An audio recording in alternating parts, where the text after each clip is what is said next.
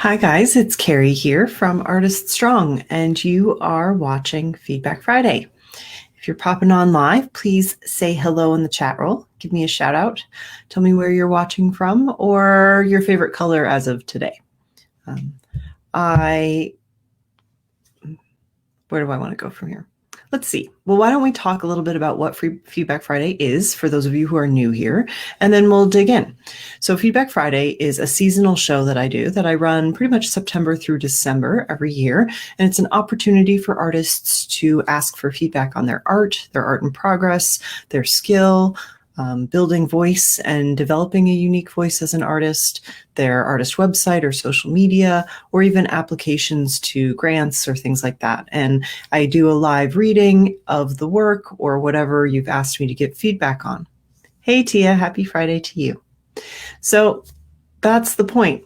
Artists need feedback and community to be able to grow and up level. And so many of us feel like we work in a vacuum or that we don't have someone locally that's an art friend that we can really turn to get that kind of support and advice and encouragement. So that's why I created Feedback Friday. I want artists like you to have the confidence and the skill set and all the tools and support that you could possibly need to make the art you want to make. So today I've got three things we're going to look at. We're going to look at one artwork, we're going to look at an artist website, and then we have an application today for someone who wants to join a local art guild. So why don't I switch the screen over so that we can start getting through all of this wonderful good stuff today. Okay, so the first work we're going to look at is by Elsie Gray. So she said, I did this one for my niece. She's 3 years old. It's finished. I'm happy with most of it. And this one came from my head, which is rare for me. I wonder how I could have achieved a softer look. It seems rigid or amateur, though whimsical. So let's take a peek. When I see this work, I definitely feel a softness to it. The application of paint in the background and kind of there's a clear horizon line, but it's subtle and soft. I think all of that really helps. Let me switch over to the Photoshop version of this so that we can look at this work and maybe, do a little drawing on it. Where'd it go? In a minute, maybe. Tech issues today. Here we go. That's a little cleaner for us to see too. Okay, so I definitely see a softness in this piece. We do have a horizon line. Let me get a pen here and pick a stronger color. Okay, so we have a horizon line, but it's not like this super heavy line that divides anything. It's a very soft, subtle transition, which I think is smart. It's helpful to have a horizon line because it helps us get a sense of space, but also having it kind of subtly done and the colors kind of melding into each other does give it this kind of earthy, maybe kind of foggy or misty kind of feeling. Something else that Elsie's done, I don't know if she's aware of, is she's used something called atmospheric perspective. So if you notice, the flowers and the petals and the stems of the flowers, all of those have kind of a darker, brighter color, so to speak. So even though it's a darker color, it's a richer color. There's more pigment there. And as we move into the distance, it becomes more pastel, more white has been added. So it's a tinted version of the same color, so more or less. And by doing this, by having the color fade off in the distance, that's one way you can create a sense of space and distance in a landscape or whatever composition you create. So that could be something she wants to think about. By having the sky all the same tone and color throughout, it has a vastness to it, which actually I quite like, and I think it works with this artwork. But that's something she could play with if she was curious about having it a little more grounded, is the air immediately above us is always a bit darker or brighter, richer in color than the sky that's near the horizon line. So that's something else you could think about. But personally, again, with her goal of softness and this kind of whimsical feeling, I actually think her application of color in the space is quite nice. Again, something I talk about in compositional rules several times in Feedback Friday is that your negative space, the space that's created, the shape that's created because of objects and how they work together, is just as important as the shapes that you create of your objects, of like the flowers in this. So here, I think there's a lot of empty space here, and it's kind of blocked off in a way. It doesn't have some of the same nice organic shapes that some of this negative space has. So I wonder if even having a little piece of flower cut across or kind of come over here would help finish that out for me, or help kind of divide up the space a bit more. Because all of these areas have beautiful use of negative space. It's kind of interesting organic shapes that help our eyes travel through the image and create some visual interest. So another thing that's a compositional rule people can look at is something called a tangent. And this is actually a tangent. So if you see, the tip of the flower is touching the very edge of the surface of the canvas. And typically speaking, you would instead like to see things that really overlap. So here, this flower really goes off the edge. We don't feel like it's meeting right there. There's actually quite a bit of the flower that continues on. And there's something about that that helps the eye feel more comfortable. When there's a tangent, it draws our eye to that place and keeps our eyes there. And so that's one reason a lot of compositional rules suggest to avoid tangents. So one thing that Elsie could do is she could actually extend this higher. She could paint the petals on top a little higher and have it so that you could barely see the yellow part, the pollen. And that might actually just be enough so that it's not a tangent anymore. It's not lined up right with the edge, so that it doesn't draw our eye and keep our eye up there. If she wants this to feel even more kind of misty or otherworldly, what I would likely consider doing is using a dry brush and take the colors that she used from the sky. And dry brushing is when you have a little bit of paint on your brush, but not too much, so that you can still kind of see the background color show through. And you do something called scumbling, and it's this repeated brush stroke that you kind of scratch you rub your brush into the surface of the painting. And because there's only a little bit of paint on it, if you scumble on top of areas that already have flowers and stems, well, you're still going to see the paint underneath. And so it would create this layer of kind of misty, foggy kind of feeling that would also create that sense of wonder and curiosity that I think Elsie's looking for. Yeah. I don't know why she feels like it's amateurish, and I'd be curious, Elsie, you can either comment on the YouTube video or, of course, here on the Facebook page. Let me know what about the work feels amateurish to you, because then we can continue that conversation on the Facebook page, because I don't feel that sense of amateur that you're saying here. Something we could look at a little more carefully is, I think the arms look pretty well placed. I wonder about the legs and the length of the legs. So if we're looking for accuracy of proportion of the figure that's swinging on the swing here, finding an image reference to help you double check your proportions and making sure things are lined up can be a good way to help you, because it does look like this leg here, this calf, is a lot longer than this one. And that could be because it's, you're trying to foreshorten something and make it look like it's angled differently. But I do think some of our shading might be a little different there. Honestly, I think that's a super nitpicky thing to bring up, because it's not even really a focal point of the piece. Clearly, this is not real life, because it's a little girl swinging on plants and it has this otherworldly feel. So I'm not sure how important anatomy is to you, Elsie, or that it should be. But if that's something that might bother you, that's a way you could resolve it.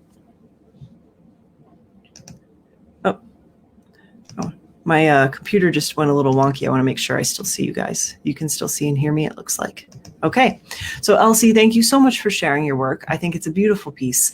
And now we're going to jump into a website review for Kirsten. So Kirsten asks the following. She wants to know about the feel and flow of the website. Is the background color sufficient? She's thinking about having a sales page that's a photo representing a series that you can click on, and then it'll open a page that has the work in the series and their stories. Can I do that with added plugins? How? Okay. I'll have to think about that, Kirsten. Copy questions.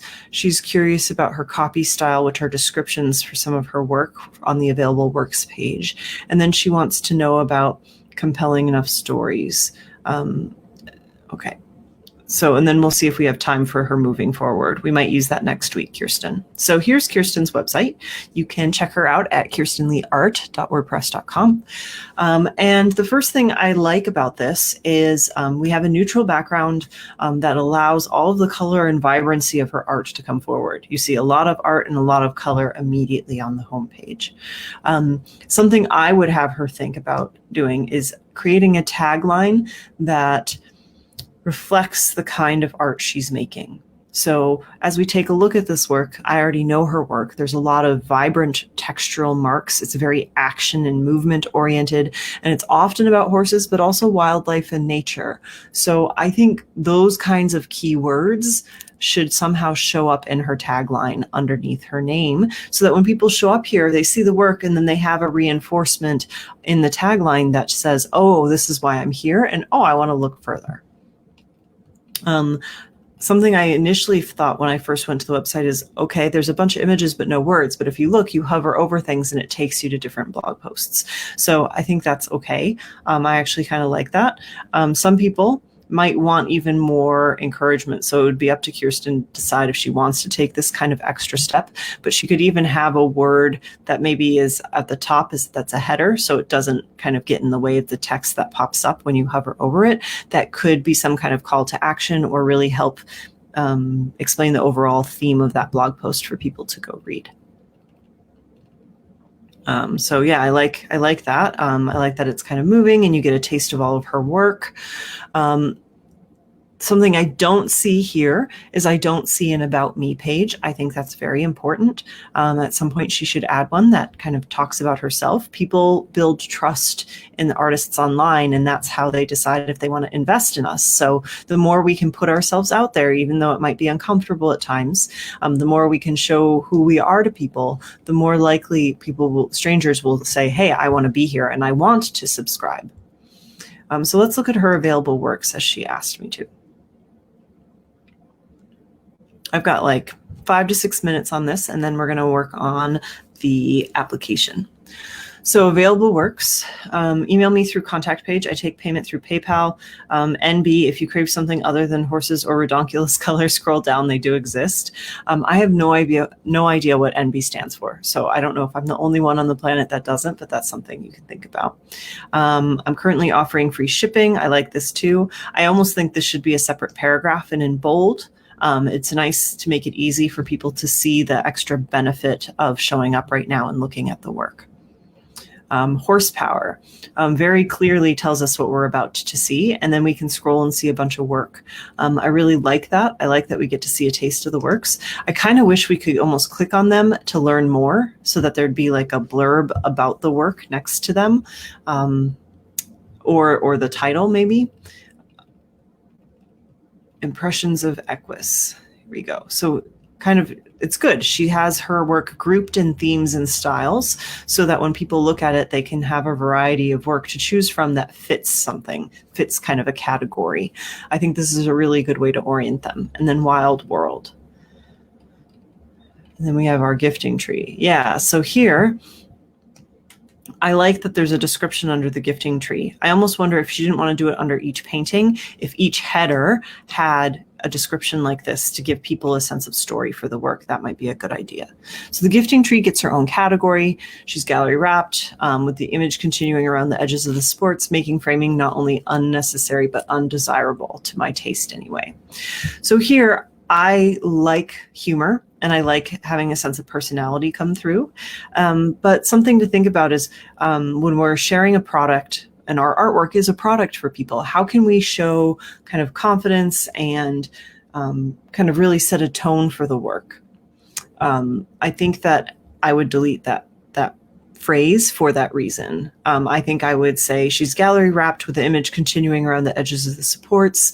And you could even make it more about how that impacts the quality of the artwork, having it gallery wrapped and making the image feel like it continues on and on. When we write copy, about our art, we not only want to share the story of our art, we want to highlight benefits that will please potential collectors. So why do they care that it's gallery wrapped? Framing is not necessary, is definitely a benefit, but why else would that be a benefit? So that's something we could think about. And I'm really glad here she mentioned that this was part of a highly competitive photo exhibit and won honorable mention, because I think that also just sets a tone. So anytime you guys win something or have some kind of award or recognition for your work, note it with the work, because it makes it more valuable and a little more enticing to your potential buyers. So I like that. Here, yeah, canyons, okay. Monochrome photographic prints, not what you're used to seeing in my explosions of paint and color, but a huge part of my practice, my identity, and how I experience the world. Great. They're matted and framed, so we know what they look like and how they're part of a project that she's involved in. It might be nice too here to say, you know, if you want to learn more about the project, click here, as she has more content about that. Again, this is a longer paragraph, so every 3 to 4 sentences, you might just want to break to a new paragraph so that it's easier for people to read. Several of them have already hung in juried exhibitions. Excellent. Again, my ho-ho holiday gift of free shipping does not apply. Fancy padding, stress you. Okay. Yeah. So here, this is a little confusing to me. And this could also deter a potential collector if they hear, you know, you're already worried about frames shattering or breaking, then that's something that could immediately make a collector go, oh, if she's worried about it, then why would I buy it? So I would instead try to have some kind of encouragement showing how you prevent those things from happening. And I do have a blog post someone shared with me, Kirsten, about how to frame heavy work to make it less heavy. So message me later and I'll share that link with you.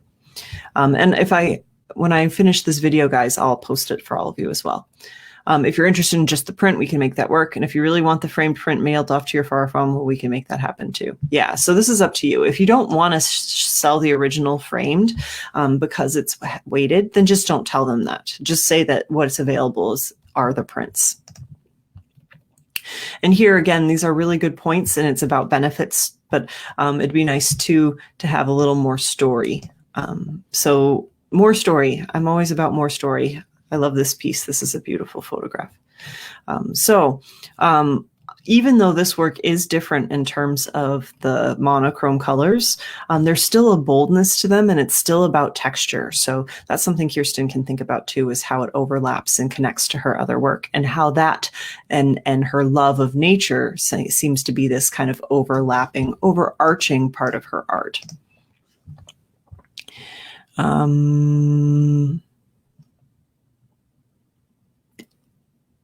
Yeah, and I think she said, is there enough story to create connection between these works? I want more story. I think it'd be nice to kind of almost treat it as an evolution, or if you have a lot of space on the page, at least on my desktop, is there a way to put text where you had 1 or 2 sentences to the right of each image? Again, too much text can also be bad, so I understand that there needs to be a balance here.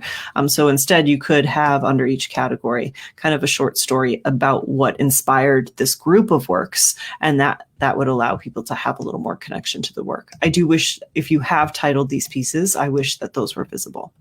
I think this is a great start. Something I also like to see here is she has a page of sold works, and this is a great way to establish credibility and show people the work that's already sold, and give people a sense of what people like. And again, just sets a tone that my work is for purchase and people like to buy it. People are more likely to buy work that they see from other people, that other people are also buying too. Blog post.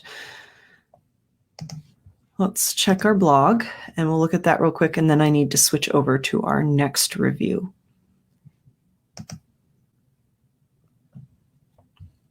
So I like, again, that there's images straight away. And this too, just kind of a little quick kind of highlight or teaser of what the post is about. That gives people a sense of what's going on. This is beautiful. So she prepped a stack of panels. She combed through things, what I learned.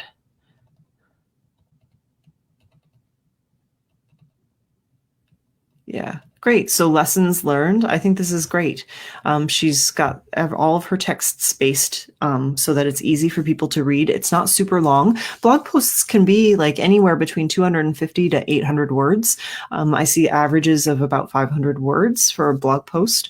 And it's nice because then it's like something people can kind of grasp and take in and enjoy. And something else you can do is a post this small, you could make it into 1 or 2 different Instagram posts where you have, a full image of one of her studies or a close-up in another Instagram shot. So think about how you can repurpose these posts to bring people back to your website as well. Because you share these posts and then of course you have the link on your bio page of Instagram, for example, and that's going to bring people to your work. And then they're going to go, ooh, what's available? Or, oh, what are these calendars about? So then they can see what's available. So I do like that the menu is pretty clear. It's easy to click on things and know what you're going to get here. Something I will say is that most people are not going to click to subscribe just because you have that there. So, and I think you need to still fix this potentially. But so it'd be interesting to ask yourself, what are you going to offer in your mail newsletter to people? So why would they like it? And it could be, so for me, I see Artist Strong as a community. So join the community, join the email list, and you're part of the community. So for me, that's kind of some of the language I use around it. So Kirsten, I love this. I love that you got your website up. It's looking wonderful. And I think you have a lot to be proud of here. It's a lot of work to put a website together. You had a few other questions, and I will either dig into them next week or we can talk about it in the Facebook group. But we'll talk about that maybe. I've got some time next week. It's our last Facebook Friday, Feedback Friday. So we can look at it then too. Now, I have an application that I want to show you guys that I think will be very helpful. And Tia has very graciously offered to share it with us. She wants to join a painters guild. And this is the application, okay? So it says very specifically what it's looking. Members are expected to attend meetings, enter juried and non-juried shows that they sponsor, serve on a committee or in a leadership role, and participate in program presentations, okay? So they've asked for a biography or a CV and an artist statement, a link to a website or a site where your art can be seen. Or you can email 3 images of recent work. Okay, so think about what this means they're looking for in your application. They're looking to see your art and that you make art and to understand your style. And they are looking for people who are participating in community actions. Okay, so if we're going to have a biography or CV, those are the things we should be highlighting in them. So here we have an artist statement from Tia. Individuals and movements in time inspire my painting and give them life. It might be capturing a previous memory or knowing that the work will bring joy. I hope to create art that illustrates big and small life experiences and explores how each experience shapes our cultural beliefs and personal values. I believe our individually unique moments have the potential to provide insight and perspective into universal truth. Moments of homeschooling, such as impressing upon my kids the idea of lifelong learning and prioritizing art and expression in their education, reminded me of my own neglected artistic path. My journey away from and back to artistic expression is found in my paintings. The availability and simplicity of my kids' watercolors provided my painting outlet, and the qualities and possibilities of watercolor continue to engage me in further study. Honestly, I love the second paragraph, and the first one, I'd ask Tia and all of you to think about who couldn't say this about their art. When you have an artist statement, you want the statement to reflect the unique things about your work that helps set you apart. So for me, I'd actually delete the entire first paragraph. I would start with moments of homeschooling and use that as my first paragraph. And then in a second paragraph, I'd have Tia say, these are the things that are starting to show through in my art, and hopefully say it with a little more nuance than what I'm saying here. But she has a style where she plays with the border and edges of objects. She does kind of vignette portraits, and it's not just necessarily of people, but it is kind of this portrait work, and it has a kind of time period that it also seems to be part of, which is why the word vignette came to me. So I would have a couple sentences that talk about the work that she's currently doing. It doesn't mean that this is about all of her work forever, but giving a taste of what some of the work they're about to see in the portfolio is actually more helpful to the person who's going to see your work. If you write an artist statement and you say something that could apply to anyone else's artwork, I suggest you delete it because it doesn't tell the committee reviewing your work anything about you or your art. That's why I really love in the second paragraph how I really get a sense of Tia's journey and things specific to her as an artist. And that's important in an artist statement. So that being said, too, remember what I said about the application before we look at Tia's CV. It's about showcasing your art experience and your community building experience. So here's the first page. We have professional education, we have courses, professional experience, which is a lot about theater. Okay, and then we also have volunteer experience, skills, and awards. So this is a very typical layout for a CV, but in this case, I might actually reframe this and I would have categories about art and about community building. And those would be my two categories. And then underneath each category, I would list things chronologically. So under art, I would, and it could be, I might just use the category of art. Then I would list the watercolor summit. And then if any of, set and lighting design, anything that's tied to art from professional experience or from any of these other categories, I would list there, including skills that could be tied to it. But you could keep skills as a separate category. That's totally fine. I would have an awards section as well for art or for community building. And a community building for Tia is going to be a much larger section because she's kind of new in terms of returning to her art. But she has a lot to offer, which is something this guild is looking for. They want people who will participate and highlight that participation. We'll look at all of her volunteer experience, which includes an award of being a volunteer of the year for Fort Wainwright. So I think those are all the things she should be highlighting here. And if there's part of her CV that actually doesn't seem to immediately apply, then you might either need a short sentence that describes why you've included it here, or you can delete it. You don't have to add everything you've always been doing. That's entirely up to you for a resume like this. So Tia, I hope this gives you some food for thought. For all of you, think about your goal. Think about the application that you have in front of you. Think about what they're asking of you. And here, right, they want you to be part of a committee or on a leadership role. They want you to participate and they want you to share your art. So that's the focus of your CV. You want to make sure all those things are highlighted, and that's how you then frame the content of your CV. And again, going back to an artist statement, what makes your art yours? And I know this is so hard for so many of you. That's one reason I offer stuff like this, and I want to offer you guys support. That's also why I have my program called The Circle. I want you guys to be able to find your voice, recognize it, and be able to articulate your ideas on it. And here in this second paragraph, I really see Tia doing that. And I think if she had another paragraph of 2 to 4 sentences that goes a little more into the quality and style of the work she's currently investigating, that would help people see where she is right now. An artist statement does not have to encompass all the art that you create. An artist statement can be a taste of current work that you're working on or specific to a current body of art. So it tells people that you're working on a series and this series is currently investigating this idea. So don't feel like you're boxed in forever because of one artist statement you've written. But again, too, think about what you're writing. If something that you write when you review it could apply to any artist you know, then is it really talking about you as an artist? I really want you guys to hone in and think about that, reflect on your work. And if you want this kind of support, The Circle is a great place for you to continue to get this kind of support and encouragement. Next week is our last Feedback Friday until next year. And I want to make sure that if you need community and support, if you want feedback and you don't have a peer of artists that are local to you that can offer you this kind of support and encouragement, then really consider joining me inside The Circle for 2019.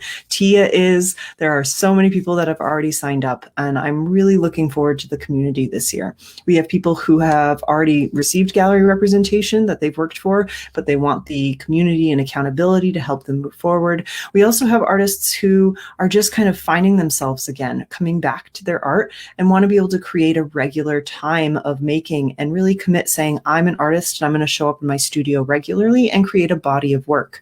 We also have people who more identify as crafters who want to build a regular artist practice, and they're not looking to show their art. The group encompasses this wonderful mishmash of people with their own unique goals that I help you guys all facilitate and realize. I'm there to create this community so that you develop meaningful connections with these other artists.